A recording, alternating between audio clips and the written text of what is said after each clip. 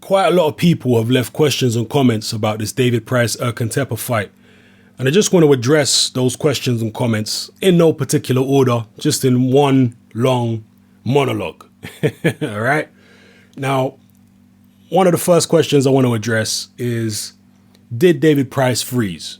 Some people seem to think that he froze and underperformed. And the reason for that, in their opinion, is because he wasn't psychologically over the two Tony Thompson defeats. I disagree. I think David Price was as relaxed and confident as I've ever seen him as a professional in the lead up to the fight. And also, even before the opening bell, he looked very relaxed and confident, relatively speaking, for him. And once the fight got underway, he was under fire. He was under pressure from Erkan Teper, but he didn't look panicked.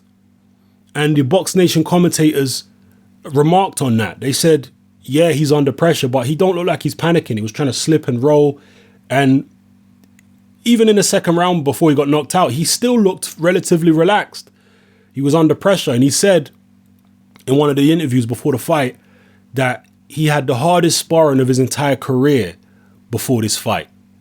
And that was the reason why he was so relaxed when Teper was putting it on him. I mean, I say so relaxed as David Price could possibly be, because he's not really a naturally confident guy. You know, I've talked about this before. Everyone has a baseline level of confidence that pretty much you inherit from your parents, and you can build upon that baseline level of confidence.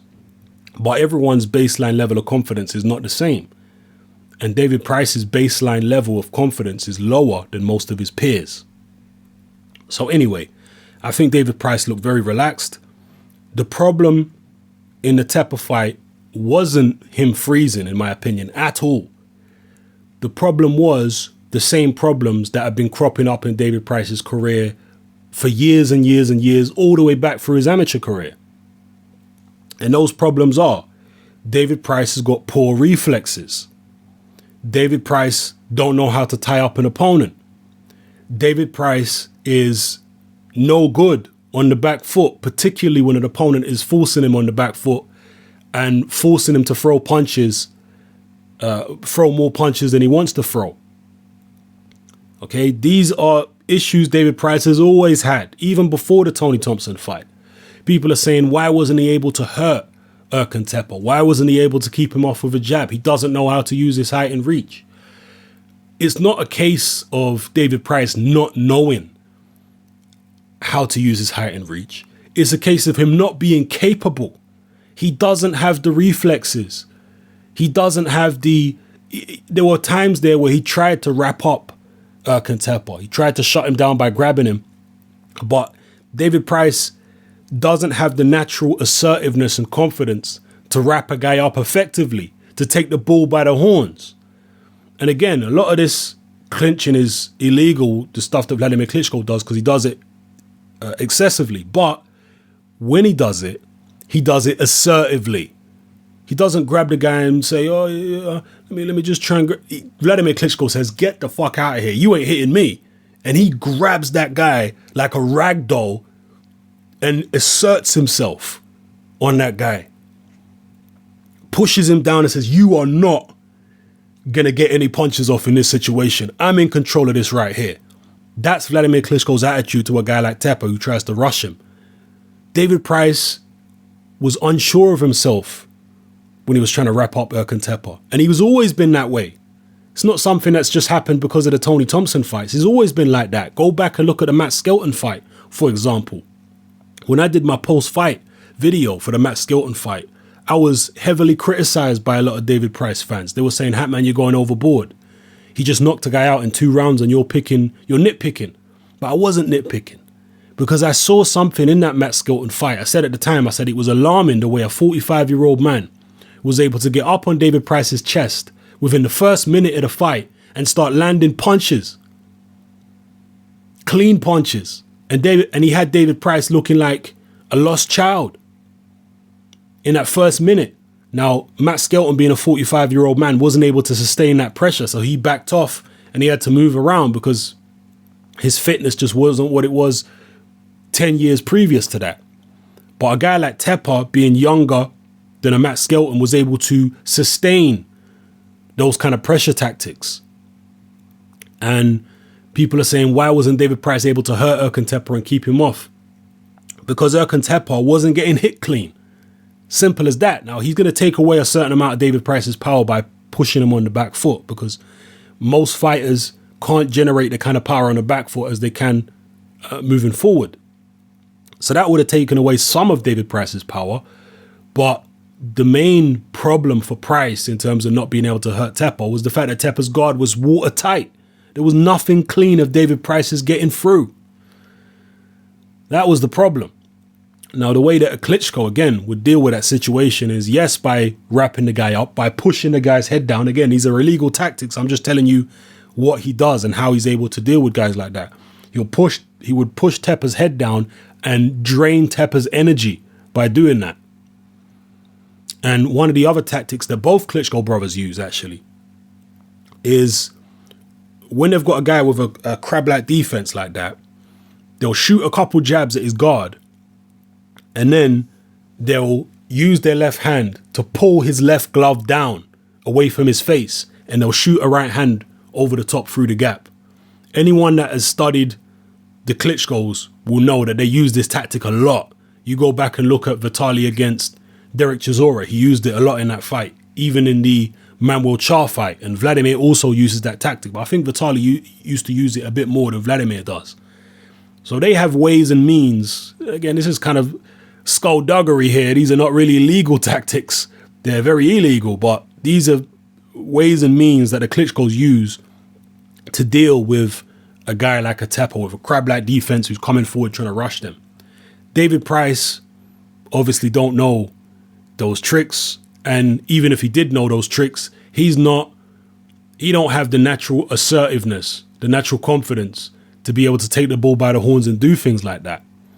And it's not because of the Tony Thompson fights. He's never had it throughout his career. People say that this Teper fight was a result of the psychological scars from the Thompson fight.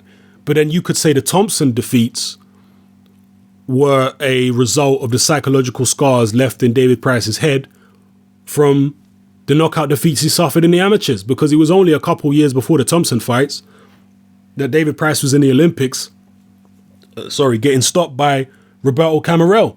So how far do you want to go back with these psychological scars? Yes, there were scars left from the Thompson fight, but I think he was as over them as he possibly could have been by the time he got in the ring with Erkan Teper.